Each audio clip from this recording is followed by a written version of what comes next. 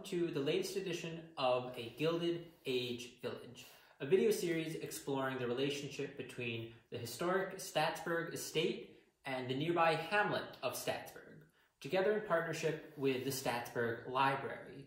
My name is Zachary Veith. I'm a historic interpreter here at the mansion.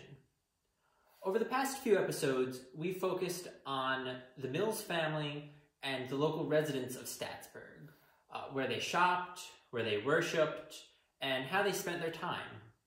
Today, we're going to be taking a look at another group of people, the Mills employees. Ruth, Ogden, and their children were not the only people up in this big mansion. At the height of their wealth, there were around 25 people in the mansion, domestic servants like maids, footmen, and the butler. For the most part, these individuals lived in the mansion. However, there was an army of other workers, farmers, carpenters, chauffeurs, caretakers, gardeners, groundskeepers, laborers, chefs, etc.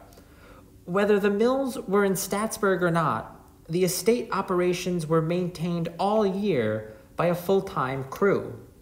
Village residents came to rely on the steady work from the estate.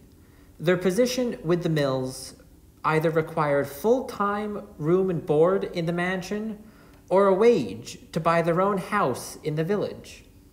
We'll be taking a closer look at a few of those neighborhood houses in the village. On the corner of Mulford and Hughes Avenue was the home of James Blair, the Mills estate's head gardener. Blair worked closely with Ruth on their award-winning flowers for the Dutchess County Fair, and it was Blair who grew perfectly ripe cantaloupes for Ogden every Christmas for their guests. This house originally sat on the estate grounds near the greenhouses just southwest of the mansion, yet it soon became too cramped for the growing family with 6 kids, so a 2-story brick structure was built for them in 1900, known as the Gardener's House. It still stands down by the cove on the Mills estate today. And instead of demolishing this now vacant house, it was dismantled, every timber and board carefully numbered or marked, and reconstructed at its current site on Mulford Avenue, likely financed all by Ogden Mills. Just down the street at 18 Hughes Avenue was the home of Eva Wilton, Ruth's Ladies Maid for nearly 20 years.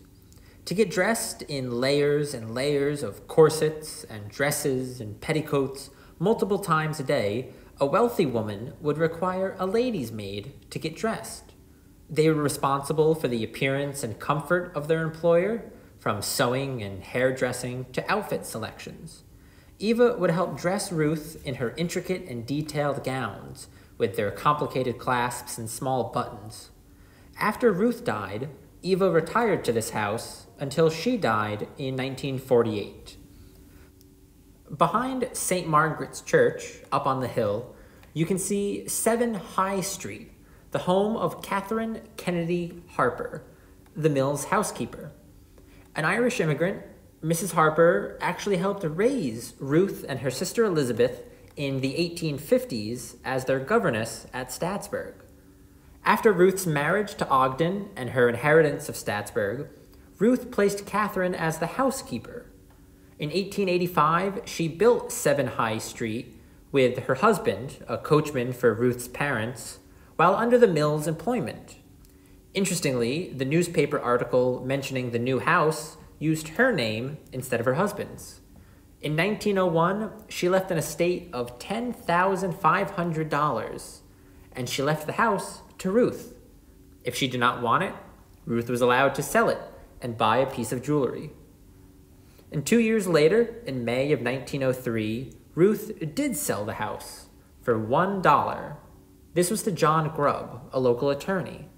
And the following month, he sold it for the same price to Harry Barker, a colleague of his and the attorney for Ruth Mills.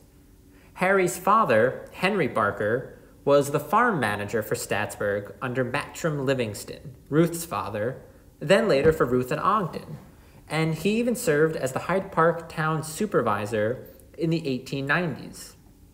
A combination of his thriving legal practice in Poughkeepsie and his father's connection to the mills, Harry represented Ruth on several occasions. He was also the executor of Catherine's will, and she gave him and his parents some of her wealth. So we think the $1 back and forth sales were a legal loophole. At the time, Harry was representing Ruth over a road dispute with the Dinsmores. The $1 sale to John Grubb was perhaps a workaround for Ruth to give the house to Harry without causing any ethical red flags. Harry Barker also served as the president of the Staatsburg School Board. In the late 1800s, there was only a wooden building south of the village serving the children of the hamlet. It was through Harry's efforts that a new brick schoolhouse was constructed in 1931, now the Taconic Regional Headquarters for the New York State Office of Parks, Recreation, and Historic Preservation. This was the sole building for the Staatsburg School District before it merged with the Hyde Park Central School District in 1961. And that does it for our series, A Gilded Age Village. Thank you to everyone who watched each episode. They're all available on our YouTube account.